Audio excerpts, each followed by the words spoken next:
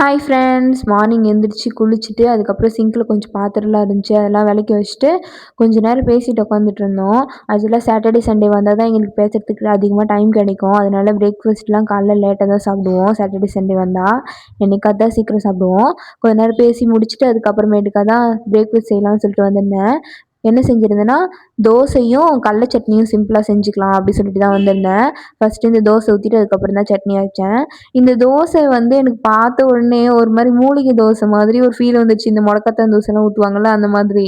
நல்லா dark pink கலர்ல இருந்துச்சா, பார்க்கறதுக்கே ஒரு மாதிரி இருந்துச்சு. அதுக்கப்புறம் எண்ணெய் வேற இந்த பூரி சுடுறதுக்காக வாணல்ல ஊத்துனேன்ல, அது திரும்ப பாட்டில்ல ஊத்த மறந்துட்டேன்.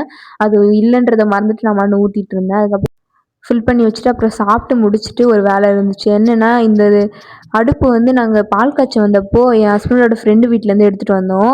அப்போ வந்து புதுசா வாங்க முடியலன்றதுனால அவசரத்துக்கு வாங்குனோம். அது வந்து இவ்ளோ நாளா 1½ வருஷமா இங்கேயே தான் கிடக்குது. அத எடுத்துட்டு போய் இன்னைக்கு குடுத்துட்டு வரலான்னு சொல்லிட்டு தான் தொடச்சிட்டு இருந்தோம். ஓகே ஃப்ரெண்ட்ஸ், பாய். அடுத்த வீடியோல பார்க்கலாம்.